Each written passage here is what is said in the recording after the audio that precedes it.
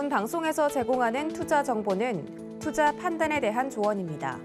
방송에서 제공하는 주식의 가치, 가격 상승 및 가격 하락에 대해서는 방송사에서 보장하지 않습니다.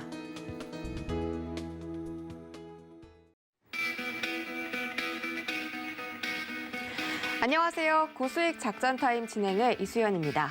어제 우리 시장은 혼조세로 거래를 마쳤습니다. 코스피 시장은 상승과 하락을 오가다가 결국은 약보합권에서 거래 마쳤고 코스닥 시장은 0.6% 강하게 상승하면서 마무리 지었습니다. 코스피 시장은 박스권을 뚫기가 굉장히 어려워 보이는데 지금 외국인과 기관의 차익 매물 속에서 계속 이 박스권 흐름을 연출하는 모습입니다.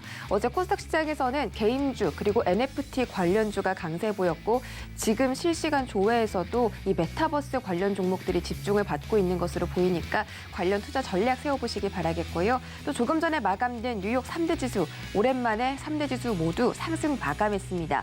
어제 미국의 소매 판매 지표가 발표됐는데 인플레이션 급등에도 불구하고 소매 지표가 상승하면서 이 시장에 긍정적으로 작용한 겁니다. 오늘 이런 이슈들 우리 시장에 미칠 영향들에 대해서 체크해 보면서 고수익 작전 타임 투자 전략 화면으로 만나보시죠. 네, 먼저 김민수의 작전 키워드 시간에서는 디어유 강세 속 엔터주에 대한 재평가 들어가 보도록 하겠습니다. 디어유가 상장하고 나서 지금 가파른 성장세를 보이고 있는데요. 관련한 엔터테인먼트 관련 종목들도 상승할 수 있을지 한번 체크해 보도록 하겠습니다. 네, 오늘은 김범준의 긴급 점검 시간이 있습니다. 바이오의 아들 김범준 전문가가 바이오 투자 전략 전격 공개한다고 하니까 채널 고정해 주시기 바랄게요. 네, 세 번째 이주현의 고수익 작전 시간에서는 NFT 중국 판호 재발급 기대, 이 게임주에 대한 투자 전략 세워보겠습니다. 이 게임주가 중국과의 좀 갈등으로 인해서 그동안 조정을 많이 받았었는데 최근에는 메타버스, NFT에 묶여서 강한 상승 보여주고 있습니다. 이 중국에서도 판호를 재발급받는다면 과연 얼마나 더 상승할 수 있을지 이주현 전문가와 함께 체크해 보겠습니다.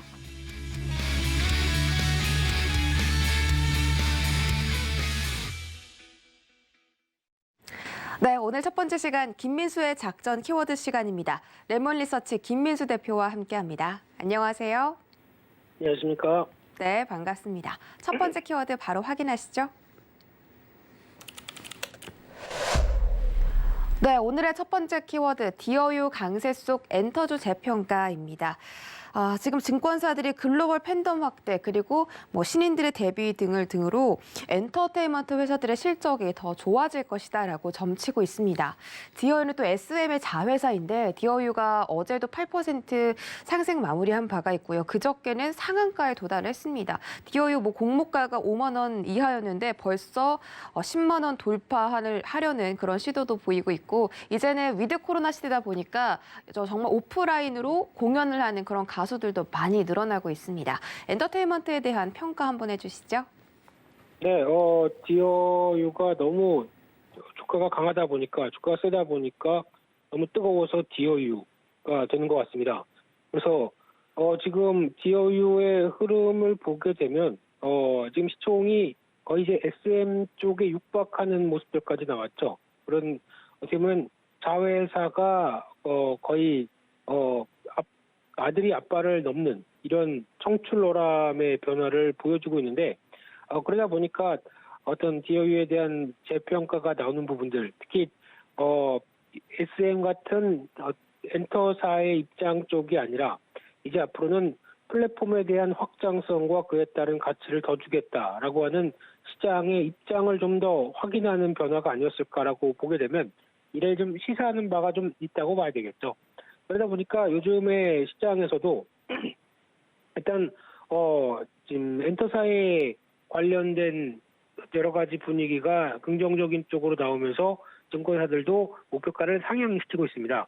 SM 같은 경우도 보면은 기존 7만 6천 원대에서 11만 원으로, JYP는 4만 1천 원대에서 6만 5천 원으로. 근데 이 흐름을 잘 보게 되면 목표가가 훨씬 낮았었죠. JYP 같은 경우도 지금 현실을 반영 못한 목표가다 보니까 오히려 이를 좀 빠르게 조정하는 과정들이 나오지 않나라는 생각은 들고 있는데 그만큼 시장이 좀 더 빠르게 반응하다 보니까 증권사가 이를 못 따라가는 현상도 종종 발견되고 있는 상황들인데요. 그래서 일단 엔터사를 바라보는 전반적인 입장으로 보게 되면 일단 지금 과거와 지금 위드 코로나 쪽으로 들어오면서 나오는 변화 중에 하나가 이제 오프라인 콘서트에 대한 기대감이 좀 더 크죠. 이쪽은 쉽게 말씀드리면 온라인으로 좀 싸게 그리고 비용이 안 드는 대신 가성비를 높인 온라인 콘서트 같은 경우도 일단 명맥을 유지하는 데는 이용했지만 하지만 본격적으로는 이거다라는 관점들이 훨씬 더 티켓 값도 많이 들어가고 비용도 물론 더 많이 들어가겠지만 그를 다 감안했었을 때 나올 수 있는 변화를 생각했을 때는 비용 대비 수익을 생각한다라고 했을 때 훨씬 더 커질 수밖에 없겠죠. 그렇기 때문에 오프라인 콘서트를 더 선호하고 거기서 나왔던 부분들을 또 실적에 연결시키는 변화가 나오는 데 대해서 앞으로 좀 더 주목을 하는 상황들이고요. 또 두 번째는 앨범 판매입니다. 앨범 판매 같은 경우 저희가 저희 어렸을 때 무슨 카세트 테이프 사고 LP 사고 해서 나왔던 김건모의 잘못된 만남 같은 경우가 뭐 100만 장 돌파했다라고 했던 시대가 예전인데 그 이후로 어떤 아이돌이 인기가 많다고 하더라도 가장 또 인기가 많아봐야 뭐 3, 40만 장 정도가 팔렸던 수준인데 지금은 이제 웬만하면은 특히 60만 장 그리고 또 100만 장까지 넘보는 밀리언셀러죠. 이런 쪽까지 들어오고 있는 현상들이 과거에는 어떤 내수 쪽의 한계를 보였다고 하게 되면 이제는 글로벌 영역이 넓혀가면서 특히 팬덤이 확대가 되다 보니까 그에 따른 앨범 판매가 같이 늘어나는 부분들도 나오고 있는 상황들이고요. 게다가 또 진정한 우리 오빠를 위한 그 나의 팬덤을 보여준다라고 하게 되면 앨범 한 장 안 삽니다. 뭐 대여섯 장 사서 좀 순위권에 올려놓으려고 하는 이런 여러 가지 변화도 보게 되면 이런 흐름들이 아무래도 앨범 판매가 나오는 변화를 또 하나 눈여겨볼 수 있는 부분들로 매출원으로 자리 잡기 시작했고요. 그런 쪽에서 또 지금 나오고 있는 IT 신기술을 계속 또 접목을 시키면서 엔터사들이 나아갈 수 있는 방향들은 훨씬 더 긍정적이다라고 보여지고 있는데 대표적으로 메타버스, NFT 관련된 흐름들이죠. 특히 NFT 같은 경우는 요즘에 간혹 언급되고 있는 이 조각 투자라고 하는 부분들이 가능해집니다. 쉽게 말씀드리면 이제 어떤 예술품 같은 경우도 가격이 너무 비싸다라고 하게 되면 예전에는 이를 지분을 쪼개서 파는 거는 생각을 못했고요. 오히려 그냥 몇백억 되는 가치를 그대로 한 사람이 경매를 통해서 넘어가는 현상 이런 식으로 나왔는데 요즘에는 또 바뀔 수 있는 부분들이 그런 하나의 거액이라고 하더라도 어떤 다수의 참여자들이 조금씩 더 지분을 늘려서 지분을 나눠서 이렇게 가져갈 수 있는 그래서 그럼에도 불구하고 NFT 토큰으로 통해서 소유권이나 또 거래 내역들이 다 저장되기 때문에 그에 따른 안전한 거래가 될 수 있다는 쪽에서도 좀 부각을 받고 있는 상황들이고요. 또 하나 지금 엔터 같은 경우도 NFT를 적극적으로 활용할 수 있는 게 지난 방시혁 의장이 어떤 하이브의 앞으로 나아갈 길에 대해서 영상에서 보여준 것처럼 쉽게 말씀드리면 메타버스 환경 내에 그 가상 공간에 방을 만든 다음에 거기다가 내가 좋아하는 아미 입장 쪽으로 BTS의 아미 입장 쪽으로 제이홉 사진의 연습생 시절에 잊었던 영상을 NFT로 사서 걸어놓습니다. 그러면 그게 상대적으로 좀 희귀한 거고 나만 갖고 있는 거겠죠. 그러다 보니까 사람들이 와서 우와 멋지다라고 얘기를 하게 되면은 약간 명품 효과와 거의 비슷한 현상이 나오겠죠.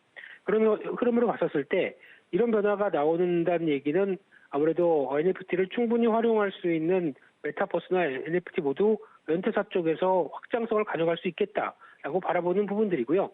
그러다 보니까 이제 하이브 같은 경우는 위버스, 또 DOU 같은 경우는 SM과 함께 또 JYP도 참여를 했죠. 그러다 보니까 이 DOU가 나올 수 있는 확장성과 함께 지금 현재로도 영업 마진을 보게 되면 40%에 육박합니다. 그만큼 크게 비용 들어갈 거 없이 고수익성을 보여주고 있는데 근데 매년 50% 이상씩 매출이 증가한다라고 하게 되면 지금 당장 밸류를 평가했을 때 비싸다고 하더라도 이 부분은 앞으로를 생각하게 되면 훨씬 더 어떤 고성장에 따른 또 밸류가 지금 높다고 하더라도 충분히 인정해줘야 되는 게 아닌가라는 관점들이 같이 이어진다고 봐야 될 것 같고요. 게다가 또 DOU가 지난 어떤 IR북에서도 밝혔듯이 앞으로 또 하나 단순하게 아이돌뿐만 아니라 좀 더 이제 팬덤을 확대하기 위해서 해외 스포츠 스타까지 영입을 한다고 얘기를 하죠. 그래서 지금 뭐 해외 스포츠 스타들이 직접적으로 관심이 없을 수도 있겠지만은 이번에 상장 자금을 통해서 DOU가 영업을 하면서 가서 계약금 찌르는 건 아니죠. 예, 계약금 넣어주고 이렇게 해서 필요한 건 당 스타의 목소리와 뭐 손글씨 정도만 보여주게 되면 크게 복잡한 거 없습니다. 이 정도면은 한 달에 이 정도 수익이 떨어집니다라고 하게 되면 솔깃할 수가 있겠죠. 큰 노력 없이 나도 이런 플랫폼에서 수익을 낼 수 있겠다라고 하게 되면 그게 그렇게 무리가 없는 전략이 아닐까 싶은데, 그렇게 됐을 때 확인이 되게 되면 지금 하이브의 이타카홀딩스가 영역을 넓혀가는, 그래서 지금 그런 플랫폼으로 확장되는 모습들을 보여주는 것처럼 이런 지금 SM 같은 경우도 DOU를 통해서 이런 확장을 더 가해진다라고 하게 되면 해외 셀럽들의 변화들도 또 하나의 매출원으로 자리 잡을 수 있겠다라고 바라보고 있는 상황들이고요. 하지만 단기적으로는 IPO 진행되고 신규로 상장한 상황이다 보니까 생각보다 어떤 신규 상장 이후에 변동성이 좀 나타날 수가 있겠죠. 그렇기 때문에 아무리 좋게 보인다고 하더라도 그냥 고가에 덜컥 사기는 좀 부담스러울 수 있습니다. 그렇기 때문에 이런 관점 쪽에서는 앞으로 성장은 계속 이어진다라고 보시되 어느 정도 적절하게 좀 단기 차익률을 나오는 시점 쪽에 접근하는 전략이 가장 좋지 않을까. 하지만 말씀드렸던 것처럼 엔터주도 최근 들어서 고점권에서 횡보를 하고 있고 이번에 DOU도 같이 변화가 이어지고 있지만 여전히 레벨업은 추가적으로 시도할 수 있을 것이다. 근데 이왕이면 좀 싸게 사야 되겠죠. 그래서 이런 변화들을 같이 체크하면서 대응하는 전략들이 훨씬 중요하지 않을까 생각됩니다. 네, 엔터테인먼트 사업 관련 전망 짚어주셨고요. DOU에 대한 그런 부분도 함께 체크해 주셨습니다. 두 번째 키워드 확인하시죠. 네, 오늘의 두 번째 키워드 우주항공주입니다. 최근에 버진그룹의 리처드 브랜슨 회장이 이끄는 이 버진 갤럭틱이 우주 여행 티켓을 700장을 판매를 했다고 합니다. 그만큼 민간 사업이 이끄는 이 우주 사업이 좀 뜨거워지고 있는데 뭐 스페이스X, 버진 갤럭틱 그리고 원앱까지 또 여러 가지 사업들이 주목을 받고 있습니다. 최근에는 우리 시장에서 제노코가 이 무상증자 이슈를 발표하면서 상한가에 도달하기도 했는데요. 관련해서 우주항공주 전망 짚어주시죠. 네, 어제까지 제노코가 상한가까지 들어가면서 참 뜨거운 종목으로 부각을 받고 있는데 그러다 보니까 우주항공 관련된 쪽의 재조명도 같이 나오는 분야라고 생각되고 있고요. 이쪽도 마찬가지입니다. 지금 시장에서 나오는 변화는 지금 당장의 실적보다 앞으로 성장할 수 있고 그를 충분히 설명할 수 있는 성장을 보여줬을 때에 대한 기대감들이 같이 우주항공 섹터도 끌고 있다고 보시면 될 것 같은데요. 근데 말씀하셨던 것 중에는 일단 원웹이 가장 눈여겨봐야 될 부분들이고 직접적으로 수주가 나와서 이를 통해서 개별 기업들도 연결되는 쪽은 훨씬 더 어떤 변화를 이끌어갈 수 있는 좋은 변화라고 보여지고 있는데 특히 대표적으로 원앱 같은 경우는 저궤도 위성이죠. 그래서 이를 통해서 지구 어딜 가나 인터넷을 할 수 있도록 만들어주는 서비스를 시도를 할 걸로 보여지고 있는데 근데 지금 원앱 같은 경우는 당장 그렇다고 해서 변화가 나오는 게 아니라 일단은 사업 시행 초기에 자금을 모아다가 거기다가 투자를 먼저 하겠죠. 그래서 투자 이후에 대규모 투자가 이어진 다음에 그를 충분히 서비스할 때 그때는 자금 회수기가 조금 더 걸린다고 하더라도 처음에는 투자를 하면서 발생하는 여러 가지 납품업체들에 대한 기대감들이 또 하나 중요하게 바라봐야 될 부분들인데 그래서 국내 같은 경우에는 또 한화 쪽에서는 지분을 좀 투자했었고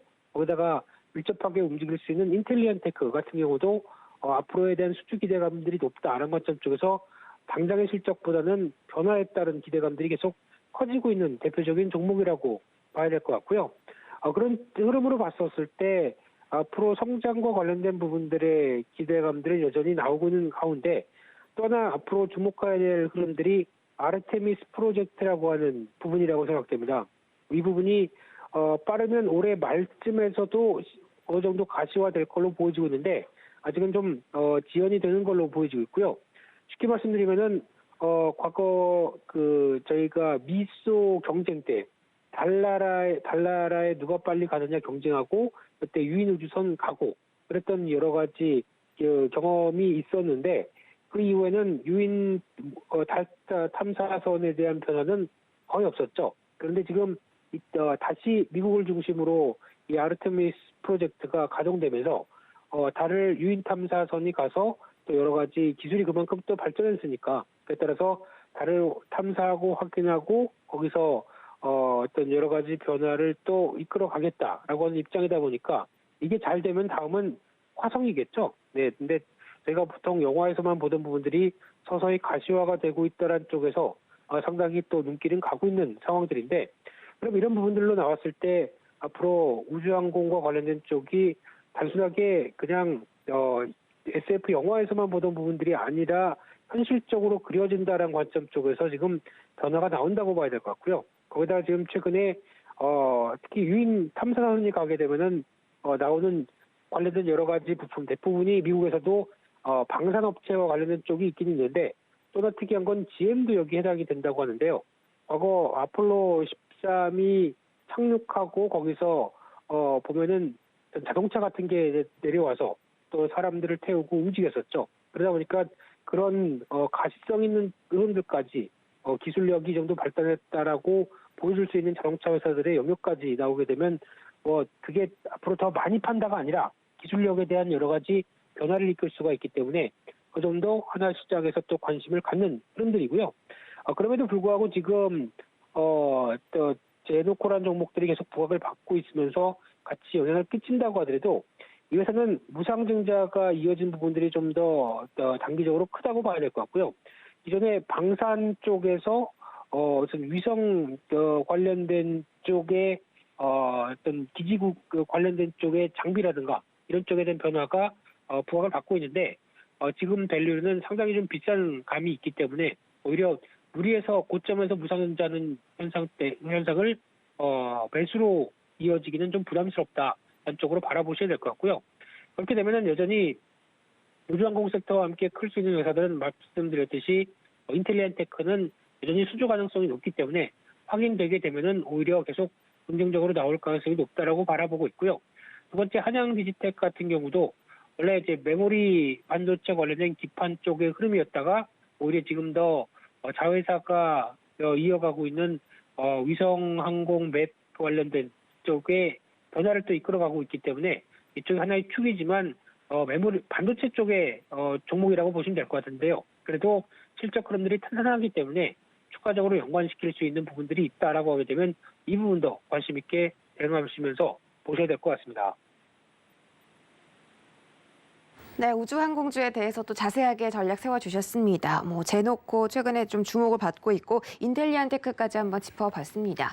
오늘 시장 대응 작전도 한번 세워볼 텐데요. 어제 우리 시장은 코스피가 하락하고 코스닥이 상승 마감에 성공했습니다. 지금 다시 한번 이 시장에 게임주, 메타버스, NFT 열풍이 또 불어오고 있는 것 같은데 어제 시장에서 좀 튀었고 오늘도 장 초반에 집중을 받을 것으로 보입니다. 오늘 대응 작전 세워주시죠.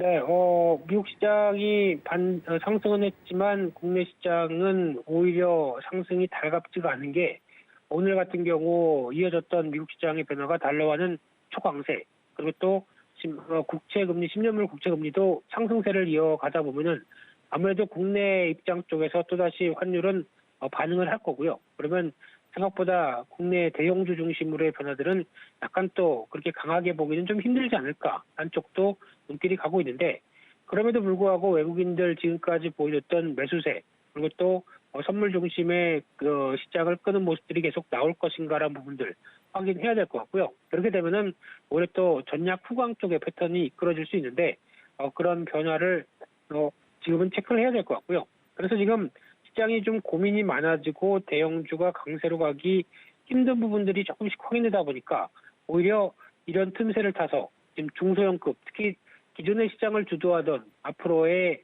성장을 예고하고 있는 대표적인 섹터들이 좀 더 강해지고 있다라는 쪽에서 계속 시장은 영향권들의 변화를 바라보고 있고요. 그런 측면 쪽에서 게임, 엔터 그리고 또 메타버스와 관련된 여러 가지 스튜디오 회사들 이런 쪽이 지금 가장 또 중요하게 시장을 주도를 하고 있는데 이 부분이 이제 대형주의 반등과 아니면 중소형 섹터와 관련된 쪽의 또 초강세 흐름들 이런 쪽과의 시소 게임이 이어질 수가 있기 때문에 지수 흐름이 약하다 그러면 이쪽에서 계속 움직이는 게 맞을 것 같고요. 오히려 지수가 또 탄력을 받는다라고 하게 되면 그쪽에서 약간 빠져나와서 대형주 쪽의 움직임이 나오는 부분들을 또 체크를 하는 게 중요하지 않을까로 바라보고 있고요.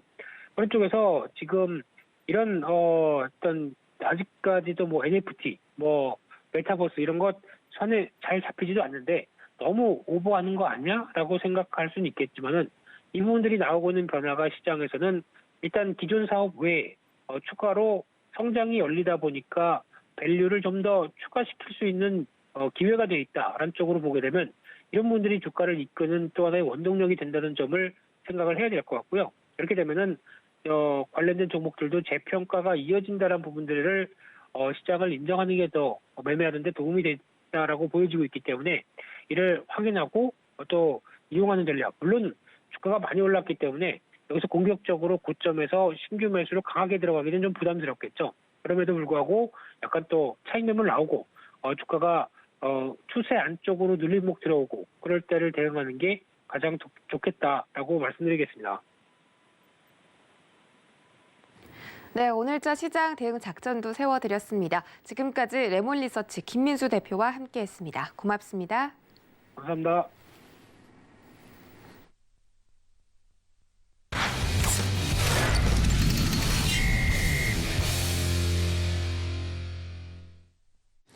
네, 이어지는 시간은 김범준 전문위원과 함께하는 바이오 전략 긴급 점검 시간입니다. 최근에 코로나 팬데믹 때문에 어떤 종목은 가고 어떤 종목은 안 가는 이 바이오에서 양극화 사태가 좀 심해지고 있습니다. 위탁 생산을 받을 것이다 하는 뭐 그런 백신 회사들 그리고 뭐 치료제를 개발하고 있는 회사들은 승승장구하고 있지만 그 외에는 지금 조명을 받지 못하고 시장에서 소외되는 모습이 나타나고 있는데 이 최근의 바이오, 제약 바이오 흐름에 대해서 자세하게 한번 체크해 보도록 하겠습니다. 김범준 전문위원님 인사해 볼게요. 안녕하세요. 네, 안녕하세요. 네, 반갑습니다. 저희 고수익 작전 타임에서는 처음 봬요. 그렇죠? 아니요, 처음은 아닌 것 같고요. 처음은 아닌가요? 그렇구나. 알겠습니다. 제가 좀 기억을 잘 못한 점 사과드리겠고요. 우리 김범준 전문위원이 또 별명이 바이오의 아들이시잖아요. 그래서 우리 김범준 위원님이 시선에서 지금 제약바이오 업종 흐름 한번 체크해 주시면 좋겠습니다. 일단은 업종 흐름은 사실 좋지는 않죠. 네, 좋지는 않고요. 왜냐면은 뭐 요즘에 제약바이오 몇몇 종목들이 좀 올라온다고 해서 제약바이오가 이제 또 다시 가는 거 아니냐라고 물어보시는 분들도 제 간혹 계시기는 하는데 사실 이렇게 좋은 흐름은 아닙니다. 왜냐면은 이제 전반적으로 봤을 때 종목들이 뭐 한미약품이나 뭐 한미사이언스, 셀트리온, 녹십자, 뭐 대웅이나 종근당, 뭐 우리가 흔히 알고 있는 종목들, 알테오젠, 뭐 제넥신, 신풍제약, 메드팩토, 뭐 모든 종목들을 이제 한번 이렇게 다 보시면은 정말 많이 내려왔거든요. 그러니까 대부분 다 고점에서 반토막은 거의 기본이고, 좀 더 심한 것들은 뭐 60%, 70%까지도 하락한 종목들이 대다수인데, 여기서 이제 조금 반등해줬다고 해서, 다시 대세장이 오냐라고 얘기하는 거는 좀, 아직은 좀 아닌 것 같습니다. 그래서, 제약바이오의 업종 흐름은 그냥 아직은 때가 아닌 것 같고, 사이클이 한번 오려면은, 거기에 맞는 이슈가 일단 상당히 좀 필요한데, 지금은 이슈 자체가 좀 많이 약한 상태 같아요. 예전에 이제 막 코로나가 터지고 나서는 이제 어쩔 수 없이 제약바이오가 올라갈 수밖에 없는 상황이었고, 그때는 아무래도 이제 많이 고밸류였죠, 사실은. 왜냐면, 그 당시하고 지금은 사실 뭐 연수로 치면은 이제 한 1년, 1년이 채 안 돼, 1년 좀 넘은 건데, 어쨌든,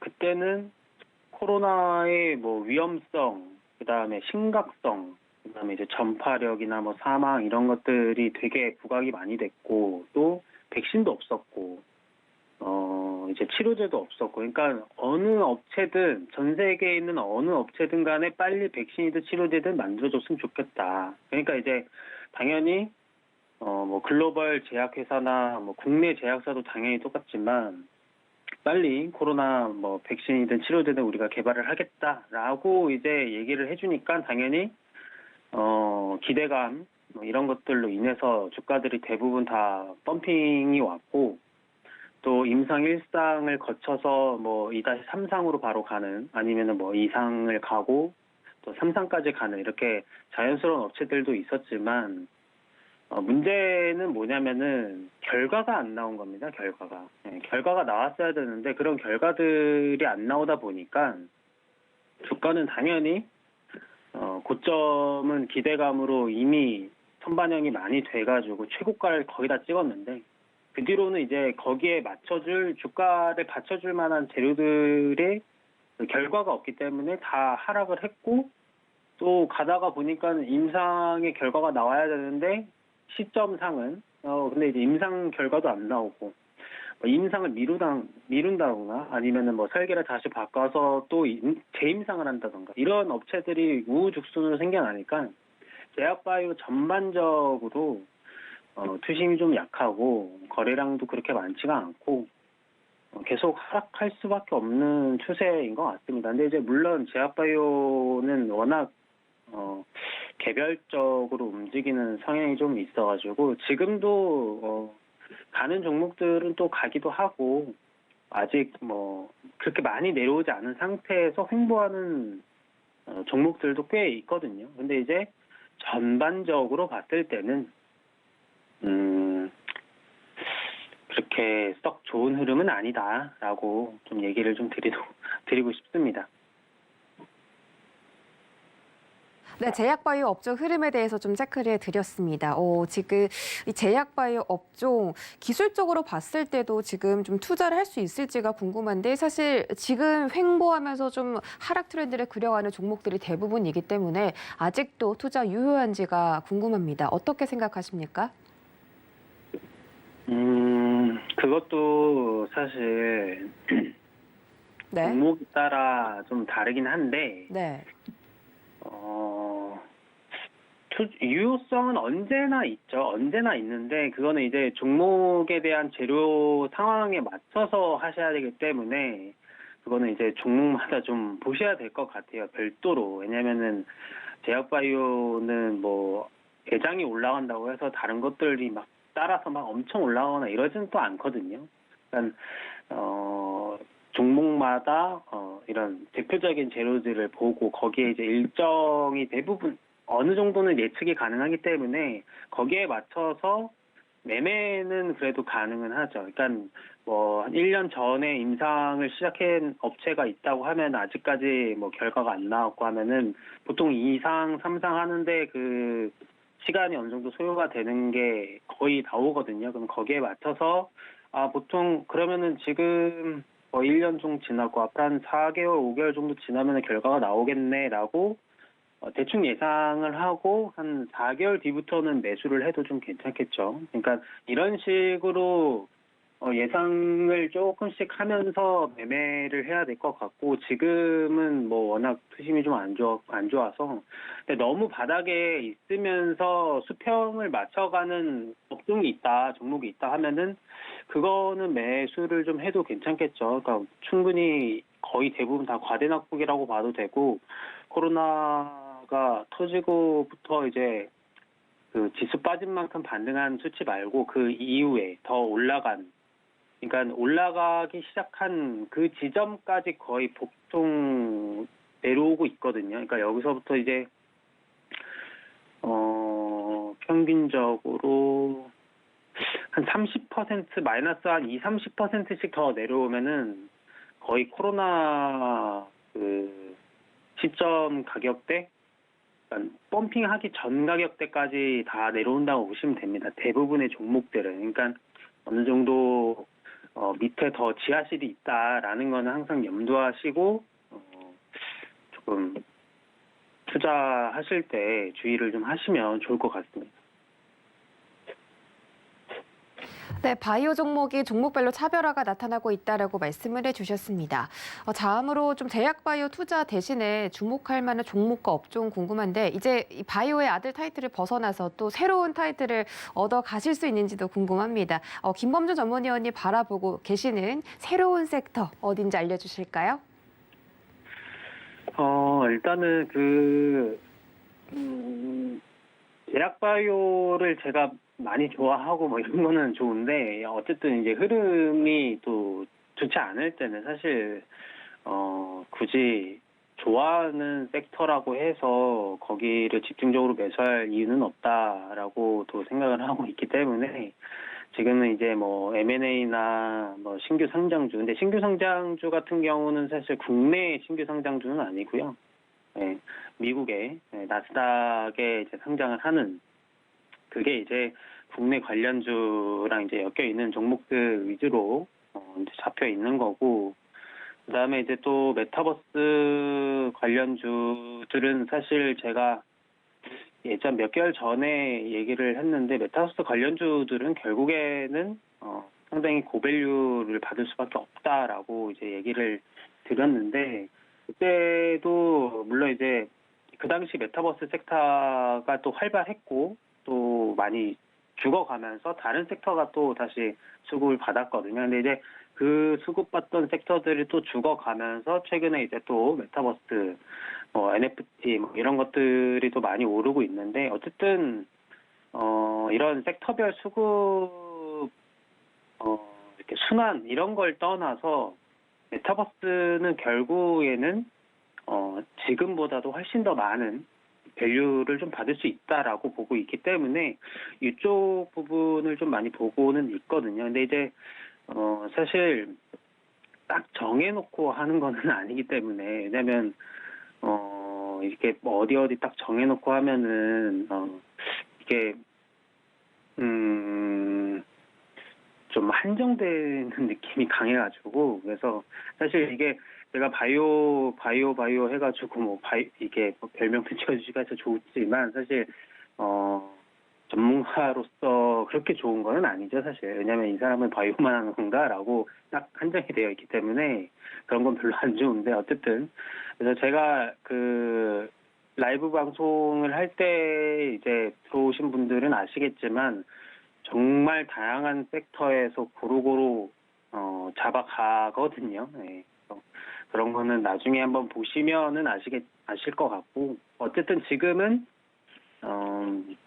딱 어디 섹터를 정해서 하는 건 없고 지금은 M&A나 뭐 신규 상장, 나스닥 그다음에 일단 메타버스 쪽을 좀 보고 있다.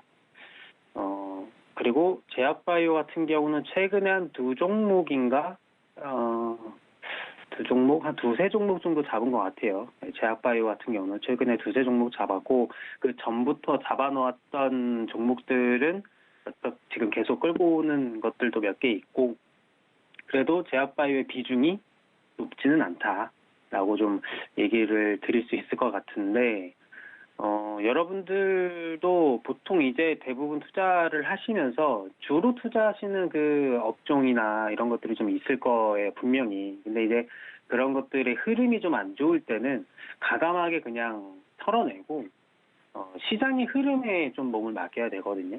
시장의 흐름에. 그러니까 굳이 거슬려가지고,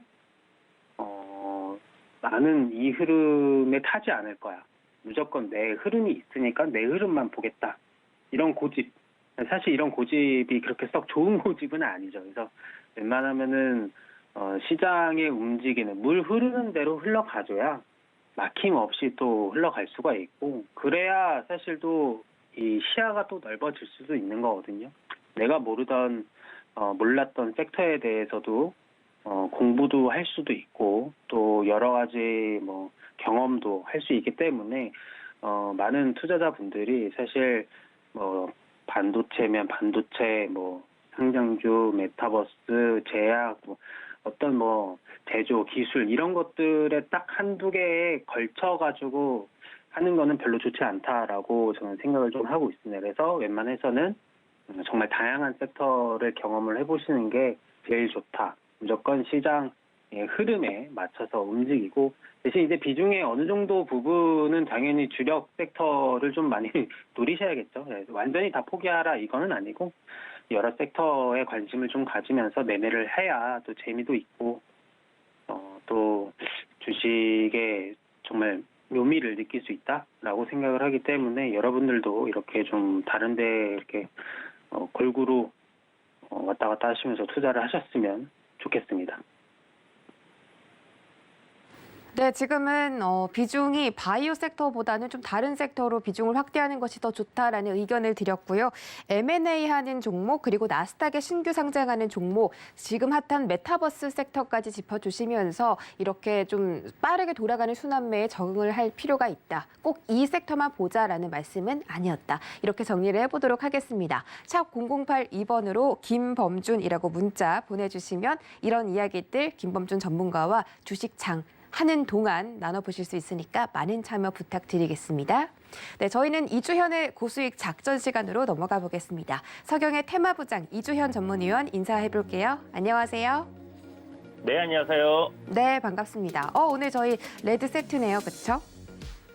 그러네요. 네, 양봉룩이에요. 오늘 이 시장에 빠른 상승, 강한 상승을 기원하면서 이렇게 양봉룩으로 마쳤습니다.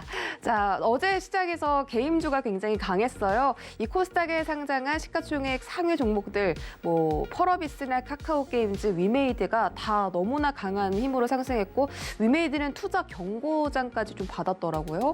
그만큼 지금 개임주가 핫하다는 건데 NFT에 더해서 지금 이 중국의 판호 해제까지 발급 재개 가능성까지 좀 높아지면서 개임주가 호재를 계속 좀 받고 있습니다. 앞으로 주가 전망 가능성 체크해 주실까요? 네, 게임주가 지금 보면 10월 달부터 이제 좀 스타트를 끊기 시작해가지고, 굉장히 강한 흐름을 보여주고 있는데, 좀 전에 말씀하셨던 이제 뭐 위메이드 같은 경우는 8월 달 이제 조정점, 그러니까 급락 나왔을 때 8월 20일부터 해서 이제 시장이 반등이 나오는 시점부터 해서 쉬지 않고 계속 올라가고 있는, 그러니까 우상향 흐름의 추세가 완전히 살아서 지금 끝없이 올라가고 있는 그런 상황입니다. 여기에는 지금 뭐 NFT라든지 그 코인을 발행을 해서 이제 그 게임 쪽에 기축 통화로 사용하겠다라는 뭐 그런 부분들이 많이 작용을 한 것 같고요. 위메이드 대표이사가 빗썸 라이브라는 회사의 이제 그러니까 빗썸이죠, 한마디로 빗썸의 사회이사, 사내이사로 이렇게 이제 공동 경영을 하는 쪽으로 이렇게 얘기들이 나오면서 가상화폐와의 이런 최근에 또 상승세 강하게 올라오고 있는 가상화폐의 인기에 더불어서 여기 NFT까지 이렇게 포함이 되면서 엄청난 폭발적인 상승을 보여주고 있는데 신작인 미르4가 굉장히 큰 히트를 치고 있습니다. 글로벌적으로 플레이 투 언이라고 해가지고 게임을 하면서 돈을 벌 수 있는 뭐 그런 개념으로 이제 접근을 했는데 코인을 준다고 해요. 그래서 이제 요 게임을 하면서 코인도 벌 수 있다라는 그런 기대감에 많은 분들이 이제 하고 있는 것 같고요. 사실 예전에 이제 리니지 1판이 나왔을 때 그 이제 아이템 같은 거나 이런 것들을 이렇게 거래를 하고 하는 부분들로 인해서 뭐 엄청나게 많은 분들이 이제 게임을 하고 그랬었는데 그런 쪽으로 포커스를 잘 맞춰진 게 아닌가라는 생각이 들고요. 추세가 꺾이기 전까지 뭐 꺾였다라고 볼 수 없겠고 월요일날 저녁에 이제 제가 라이브 방송을 유튜브를 통해서 하면서 이야기를 드렸었는데 일단 공략을 해야 된다. 겁먹지 말고 들어가 보고 어차피 우리는 명확한 손절을 잡아서 대응을 할 거기 때문에 그에 따라서 뭐 진행을 하면 되는 거라 지금 바닥에서 얼마나 올라왔고 이런 거는 신경 쓰지 말라고 이야기를 드렸었습니다. 물론 손절이 안 되시는 분들은 하면 안 되겠죠. 단순히 손절이 안 되면 주식 자체를 하시면 안 되고 그렇기 때문에 이제 그런 이야기를 드린 부분인데, 어쨌든 어저께 이제 또 상방향으로 머리를 들어 올렸습니다. 그래서 추세를 계속 유지시키는 방향으로 지금 가고 있는 상황이기 때문에 게임주들 계속 지켜보셔야 될 것 같고요. 지금 위메이드가 뭐 두말할 것 없이 대장주다라는 부분은 의심의 여지가 없습니다. 거기에 이제 뭐 게임빌이라든지 좀 전에 보셨던 컴투스는 게임빌 따라가는 거고 펄어비스까지 해서 굉장히 좋은 흐름 보여주고 있는데, 최근에 또 이제 흘러나온 얘기들 아시겠지만 펄어비스 같은 경우는 모바일 버전의 검은 사막이 6월에 이제 판호를 취득을 했습니다. 그 말은 이제 중국에서 이제 서비스가 가능하다라는 부분인데, 이 부분이 굉장히 큰 영향을 미칠 수밖에 없죠. 거의 뭐 전 세계 퍼블리싱해서 나오는 수익금, 이 결국 중국에서 서비스하게 되면 뭐 중국 한 곳에서 다 나올 수 있는 부분이기 때문에, 특히 또 보통 우리가 얘기하는 이제 현질이라고 하는데, 이 아이템을 구매하거나 인앱 결제를 많이 하는 걸로 좀 중국 시장은 알려져 있습니다. 그래서 중국에서 서비스를 하게 될 경우 게임 회사들의 매출이나 영업이익이 급격하게 좋아질 수 있다는 부분 때문에 판호를 다들 이렇게 취득을 하려고 하는데 중국에서 잘 열어주지 않아요. 그럼에도 불구하고 지금 검은 사막은 모바일 버전 판호가 나왔고 PC 버전 역시 조만간 판호가 나온다라는 그런 소식 때문에 어저께 좀 강하게 움직였다라고 보여지고요. 역시나 가는 종목이 잘 갑니다. 우상향하고 있는 종목들이 계속해서 상승하는 흐름들이 이어진다라고 보면 될 것 같으니까, 추세적인 관점에서 단기간 거래가 터지고 좀 조정이 눌림이 나올 수는 있겠지만, 그런 종목들이 추세적인 관점에서 꺾이지 않는다라고 하면 지속적으로 저점 공략을 해볼 수 있겠다라고 생각이 들고요. 중국 게임 시장 사실 판호만 좀 열어준다고 하면 우리나라에서는 덜 나위 없이 좋은 시장이다라고 보여지고, 그런 기대감들이 지금 전반적으로 모든 게임 회사들에게 이제 퍼져가는 것 같습니다. 그래서 NFT와 메타버스, 거기에 이제 가상화폐 연동돼서 진행하는 부분하고 플러스 판호까지 열린다면 올 한 해 그리고 내년 상반기까지도 게임주들이 시장을 주도할 가능성이 굉장히 높겠다라고 생각되는 부분이니까 이런 부분 계속해서 체크해 보시면서 매매하시면 좋을 것 같습니다.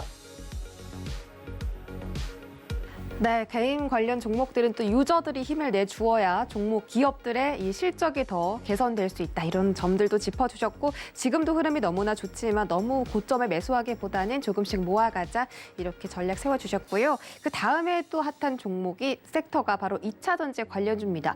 최근에 나스닥에 리비안이 상장을 하면서 최근에 90% 정도 주가가 상승을 했는데, 이와 관련한 종목들도 눈에 띄게 들어오고 있고, 또 우리나라를 대표하는 2차 전지 종목들인 LG화학, 삼성 SDI에도 외국인들의 순매수세가 좀 들어오고 있다고 합니다. 앞으로 LG화학이 또 다시 한번 100만 원을 향해서 갈지 궁금한데요. 관련 종목들 지금 올라타도 될까요? 네, 2차 전지 관련주들 사실 개인들이 좀 2차 전지 쪽으로 산다고 하니까 갑자기 좀 확 꺼려지는 그런 느낌이 드는데, 아무래도 2차 전지 하면, 상장성은 거의 확정적으로 담보가 되어 있다라고 우리가 봐야 될 겁니다. 지금 현재 우리가, 사용하고 있는 대용량 배터리라든지 차량용 배터리들을 대체할 수 있는 뭔가 엄청난 기술이 갑작스럽게 튀어나온다거나 그러지 않는 이상은 배터리를 계속 사용하게 될 거고요.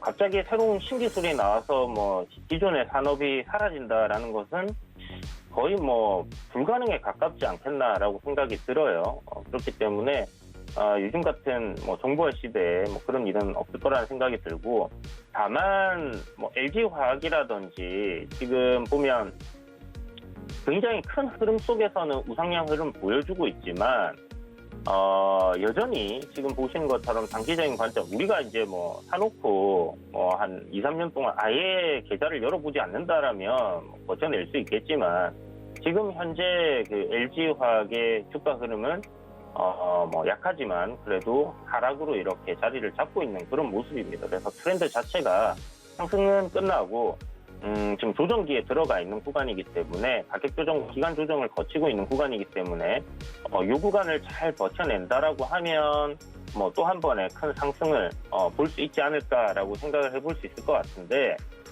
문제는 이제 기대했던 추정치의 실적이라고 생각이 들어요.